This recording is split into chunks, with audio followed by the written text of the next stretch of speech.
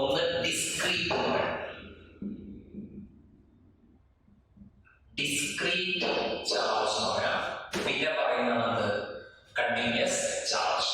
അപ്പൊ അതിന്റെ വ്യത്യാസം എന്താണെന്ന് വെച്ചാൽ ഇപ്പൊ ഞാൻ ഒരു ചാർജ് ഇവിടെ എടുത്തു +Q, അടുത്തൊരു ചാർജ് -2 എടുത്തു, അടുത്തൊരു charge +Q3, Q1, Q2, Q3 ഇങ്ങനെ ചാർജസ് എടുത്തു. ഇത് നമ്മൾ ഡിസ്ക്രീറ്റ് എന്ന് പറയും. ഒരു ചാർജ് ഇവിടെ, ഒരു ചാർജ് ഇവിടെ, ഒരു ചാർജ് ഇവിടെ, അടുത്ത ഇങ്ങനെ വരുന്നതാണ് എന്താ പറയുക, ഡിസ്ക്രീറ്റ് ചാർജ് എന്ന് പറയും.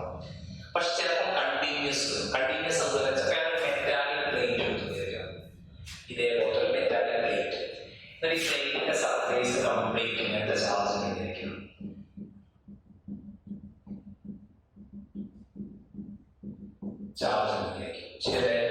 അല്ലെങ്കിൽ ഞാനൊരു സ്ഫിയർ ഇതേപോലത്തെ ഒരു സ്ഫിയർ എടുത്തു. സ്ഫിയറിന്റെ സർഫേസ് ഇങ്ങനെ ഷെല്ലിന്റെ സർഫേസ് കംപ്ലീറ്റ് ആയിട്ട് ഇങ്ങനെ ചാർജ് വരുന്നതായിരിക്കും.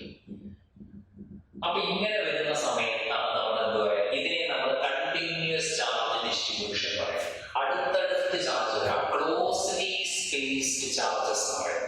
ഈ ചാർജുകൾ വളരെ അടുത്തടുത്ത് ഇങ്ങനെ ഡിസ്ട്രിബ്യൂട്ട് ചെയ്യാം. അതിനെ നമ്മൾ പറയാം ക്ലോസ്ലി സ്പേസ്ഡ് ചാർജ്. ആ സമയത്ത് ഉപയോഗിക്കുന്ന ടേമാണ് കണ്ടിന്യൂസ് ചാർജ് ഡിസ്ട്രിബ്യൂഷൻ. പക്ഷെ നമ്മൾ ഇതുവരെ പഠിച്ചത് ചാർജ് ഡിസ്ക്രീറ്റ് ആയിരുന്നു. ഒരു ചാർജ് ഇവിടെ, ഒരു ചാർജ് ഇവിടെ, അടുത്ത ചാർജ് ഇവിടെ, ഇങ്ങനെ ചാർജസ് വെച്ച് കഴിഞ്ഞാൽ അതൊക്കെ ഡിസ്ക്രീറ്റ് ആണ്. ശരി, ഈ ഡിസ്ക്രീറ്റ് സോൾവ് ചെയ്യാൻ നമ്മൾ സമ്മേഷൻ ഉപയോഗിക്കാം. ഈ കണ്ടിന്യൂസ് ആയിട്ട് വരുന്ന ചാർജിനെ സോൾവ് ചെയ്യാൻ നമ്മൾ ഇന്റഗ്രേഷൻ ഉപയോഗിക്കും. അപ്പൊ ശ്രദ്ധിക്കുക, ഈ ഡിസ്ക്രീറ്റ് ആകുമ്പോൾ ചാർജ് ഡിസ്ക്രീറ്റ് ആയിട്ട് വരുമ്പോൾ നമ്മൾ ഉപയോഗിക്കുന്ന ചാർജ് തന്നെയാണ് ഉപയോഗിക്കുക. സിംപ്ലി ചാർജ് നമ്മൾ ഇതുവരെ പഠിച്ചത്. പക്ഷെ കണ്ടിന്യൂസ് ആയിട്ട് ഇതേപോലെ ചാർജസ് വന്നു കഴിഞ്ഞാൽ നമ്മൾ ചാർജിന് പകരം ചാർജ് ഡെൻസിറ്റിയാണ് യൂസ് ചെയ്യേണ്ടത്.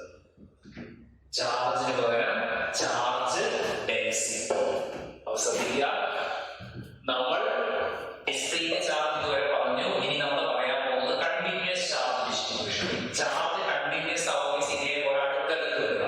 ആ സമയത്ത് നമ്മൾ ചാർജ് എന്നുള്ള വേർഡിന് പകരം നമ്മൾ യൂസ് ചെയ്യുക ചാർജ് ഡെൻസിറ്റിയാണ്. ചാർജിന് പകരം ചാർജ് ഡെൻസിറ്റി. അപ്പൊ ഈ ചാർജ് ഡെൻസിറ്റിയുടെ ഡെഫിനിഷൻ എന്താണെന്ന് വെച്ച് കഴിഞ്ഞാൽ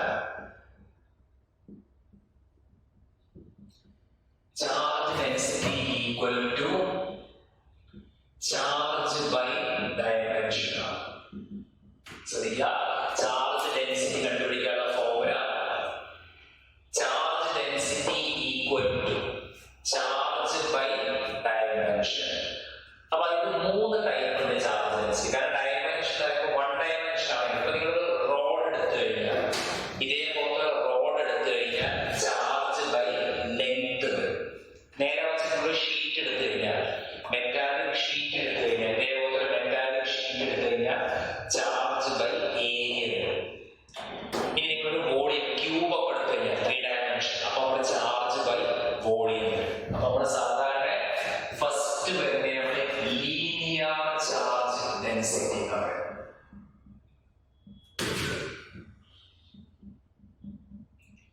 linear charge density symbol lambda. Linear charge density. അപ്പൊ അതിന്റെ മീനിങ് എന്താ വെച്ചാൽ lambda equal to charge by length ആണ് വരിക. Charge by length. ശ്രദ്ധിക്കുക, ലീനിയർ ചാർജ്. അപ്പൊ ഞാൻ ഇതേപോലെ റോഡ് എടുത്തുകൊണ്ടിരിക്കുക. ഈ rod throughout positive charge ആയിരിക്കും.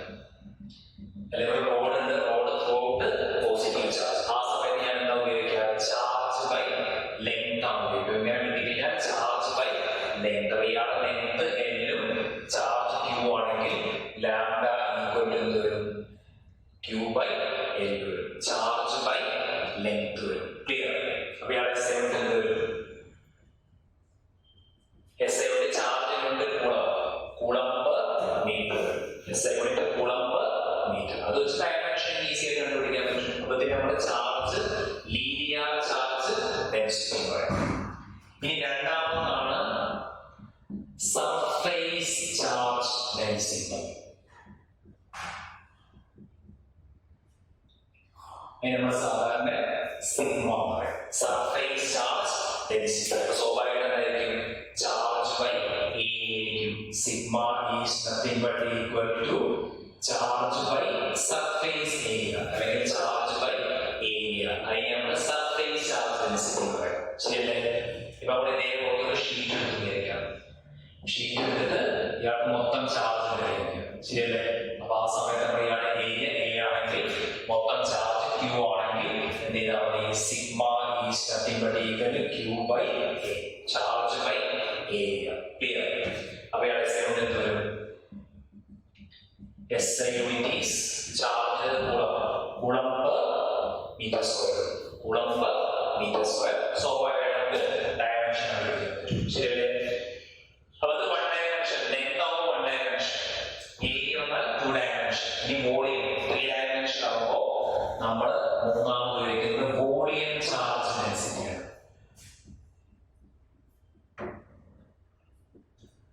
അതിന്റെ symbol rho. Volume charge density raw.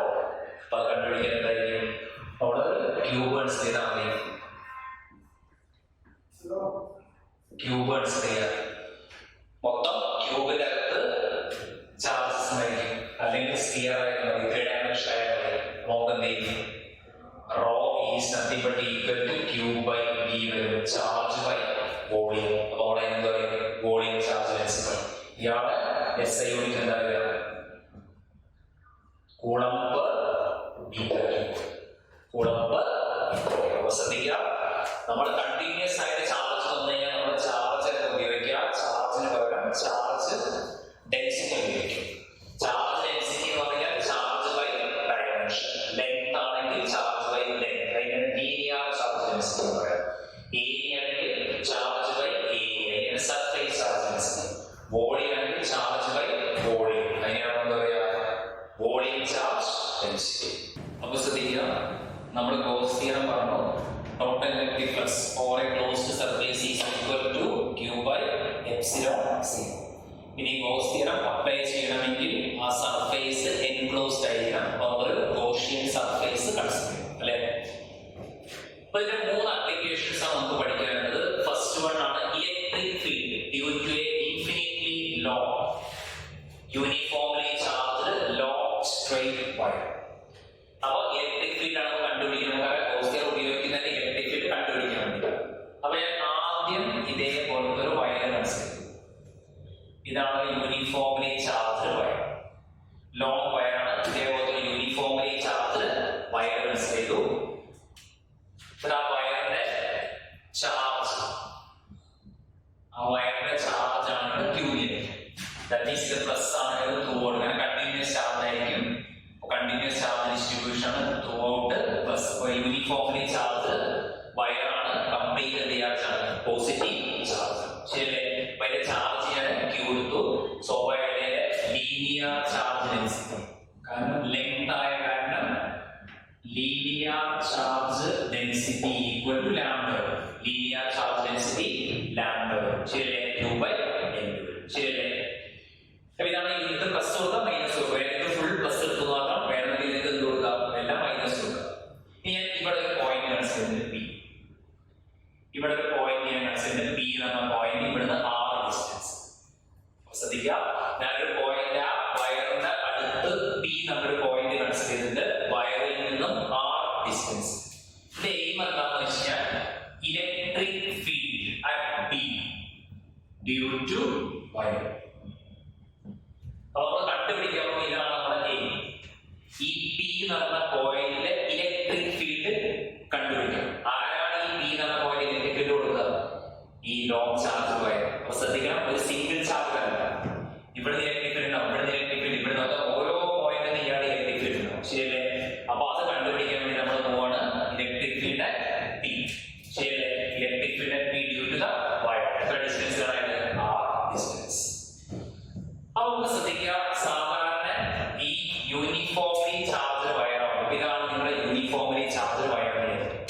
ഇയാൾ കംപ്ലീറ്റ് എന്ത് ചെയ്യാച്ചാണ്? Plus charge. അപ്പൊ പ്ലസ് ഓഫ് ഇലക്ട്രിക് ഫീൽഡ് ഇങ്ങനെ പോകും. പ്ലസിൽ നിന്ന് ഇങ്ങനെ എല്ലാ ഡയറക്ഷനിലേക്കും ഇലക്ട്രിക് ഫീൽഡ് അങ്ങോട്ട് പോകും, ഇങ്ങോട്ട് പോകും. ശരിയല്ലേ? ദാറ്റ് മീൻസ് ഒരു ലൈൻ ഇങ്ങനെ വെച്ച് കഴിഞ്ഞാൽ പ്ലസ് ചാർജ് തന്നെ ഇലക്ട്രിക് ഫീൽഡ് പോയിക്കൊണ്ടിരിക്കും. ഇവിടുന്ന് പ്ലസ് ഇങ്ങനെ ഇലക്ട്രിക് ഫീൽഡ് പോയിക്കൊണ്ടിരിക്കും. ശരിയല്ലേ? അപ്പൊ നമ്മൾ എന്ത് ചെയ്യുന്നത് വെച്ചാൽ ഈ പി എന്ന സംഭവം കണ്ടുപിടിക്കും. അപ്പൊ നമുക്ക് ആദ്യം ഞാൻ പറഞ്ഞിട്ടുണ്ട്, ഈ ഗോസ് തിയറം അപ്ലൈ ചെയ്യണമെന്നുണ്ടെങ്കിൽ ആ ചാർജ് എൻക്ലോസ്ഡ് ആവും. ഇപ്പൊ നിങ്ങളുടെ ചാർജ് എൻക്ലോസ്ഡ് ആവും അല്ല.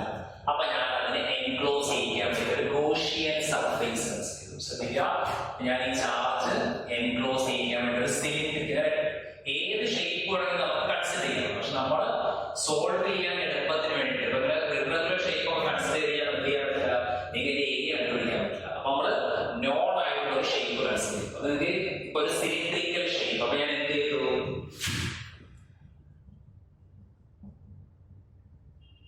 Cylindrical Gaussian surface charge enclosed. ഇപ്പൊ നിങ്ങൾ നോക്കാം, ആ ചാർജ് വയറാണ് ഇപ്പൊ എന്തായി ഗോഷിയൻ സർഫേസ് എൻക്ലോസ് ആയില്ലേ. നമ്മൾ ആദ്യം മനസ്സിലാക്കുക, ഇത് എൻക്ലോസ് ആയാൽ മാത്രമേ നമുക്ക് എന്താ അപ്ലൈ ചെയ്യാൻ പറ്റുള്ളൂ, ഗോസ് തിയറം അപ്ലൈ ചെയ്യാൻ പറ്റുകയുള്ളൂ. അപ്പോ ആദ്യം എന്റെ യൂണിഫോംലി ചാർജ് വയർ ഉണ്ടായിരുന്നു. എന്റെ ചാർജ് ചെയ്യാൻ cube, linear charge density lambda length ആയിരുന്നു.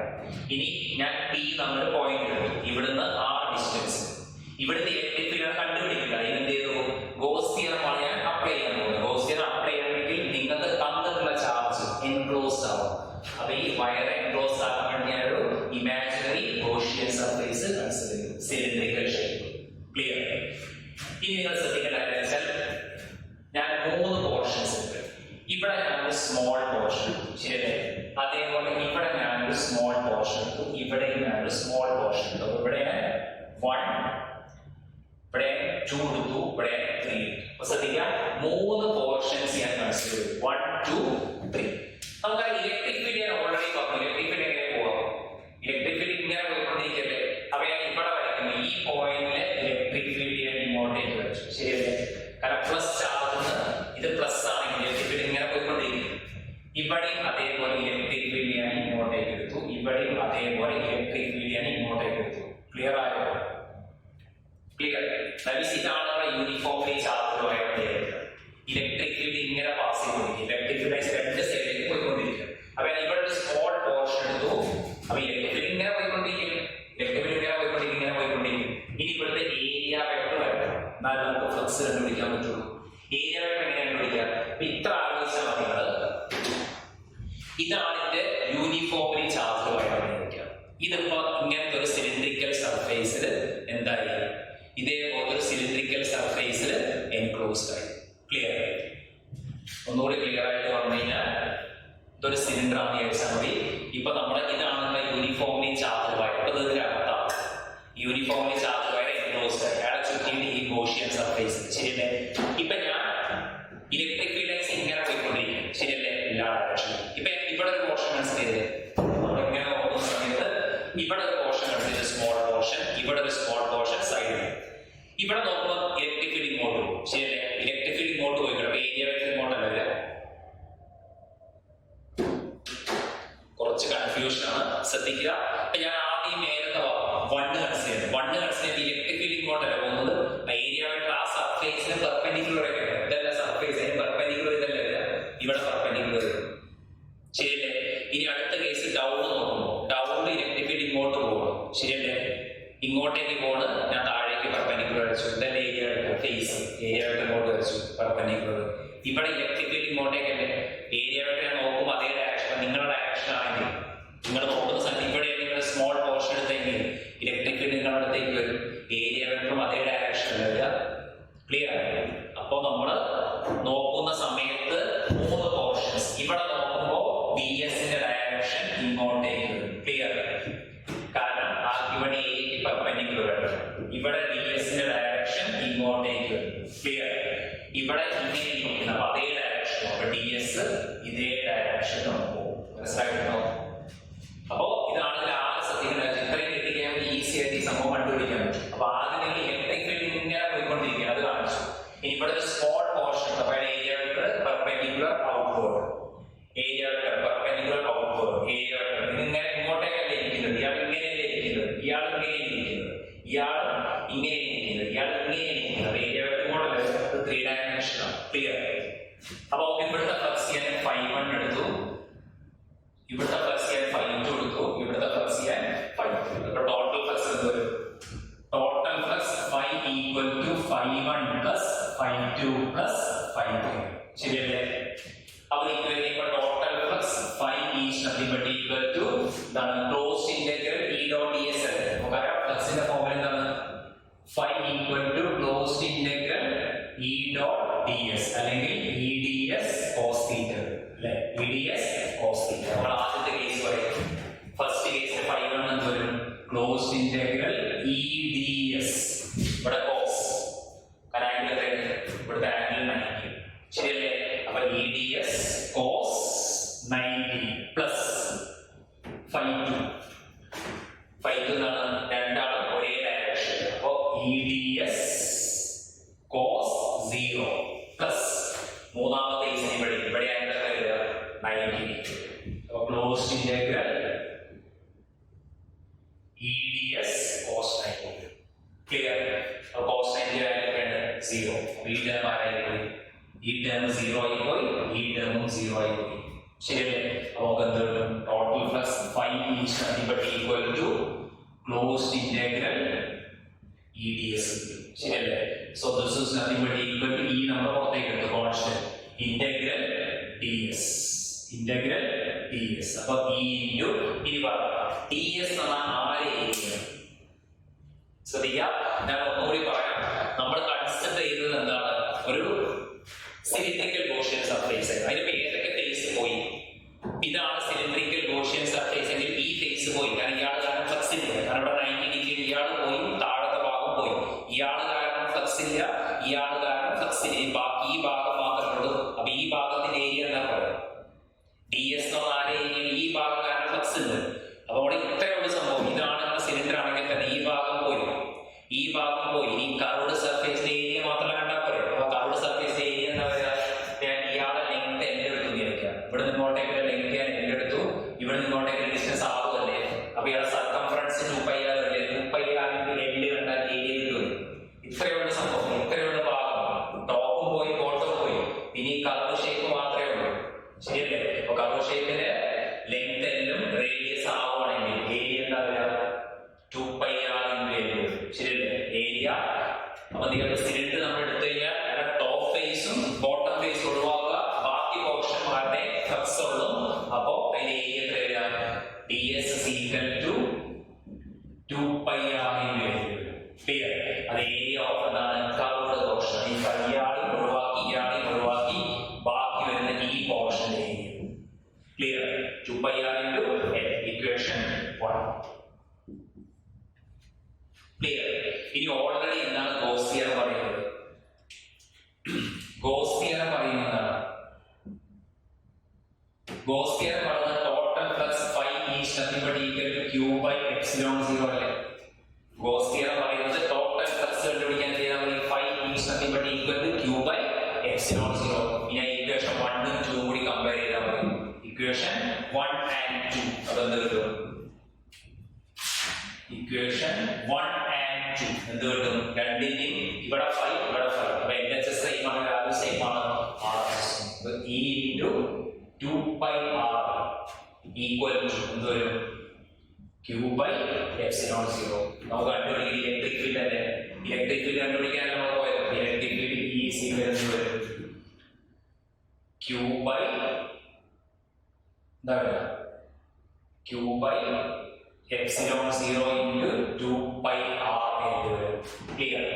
ഇതാണ് ഒരു ലോങ് സ്ട്രെയിറ്റ് വയറിന്റെ ഇലക്ട്രിക് ഫീൽഡ് കണ്ടുപിടിക്കാനുള്ള formula. E is equal to q by epsilon 0 2πr. ഇവിടെ നമുക്കൊരു ടേമിനെ റീപ്ലേസ് ചെയ്യാൻ പറ്റും q by n. ആരാണ് q by n എന്ന് പറഞ്ഞാൽ? Charge by length, lambda. Linear charge density അല്ല, ചാർജ് ബൈ ലെങ്ത്. അപ്പൊ ഇക്വേഷൻ വരും E is nothing but equal to q by n ആരായിരിക്കും? Lambda. Lambda by 2π epsilon 0 r. E is equal to lambda by 2π epsilon 0 r. ഇതാണ് electric field due to a long straight wire. Important ആണ്. ഒന്ന് രണ്ട് പ്രാവശ്യം കണ്ടു നോക്കണം, എന്നാലും correct clear ആയിട്ട് മനസ്സിലാവുള്ളൂ. കാരണം ഡയറക്ഷൻ യൂണിഫോമിലി ചാർജ് വയർ, അത് എൻക്ലോസ് ചെയ്തൊരു ഗോഷ്യൻ സർഫേസ്. ഇവിടെ പോർഷൻ, ഇവിടെ ഇയാൾ കാരണം ഫ്ലക്സ് ഇല്ല, ഇയാൾ കാരണം ഫ്ലക്സ് ഇല്ല, ഇയാൾ കാരണം മാത്രം ഫ്ലക്സ്. അതിന്റെ ഏരിയ 2π r. അത് ഗോസ് തിയറത്തിന്റെ 2π epsilon 0 ആയിട്ട് ഇക്വേറ്റ് ചെയ്യും. എന്നിട്ട് അവസാനം ഇവിടെ q by n വരും, അതിനെ ലാംഡ ആയിട്ട് മാറ്റി. ക്ലിയർ? ഇതാണ് electric field uniformly charged straight wire.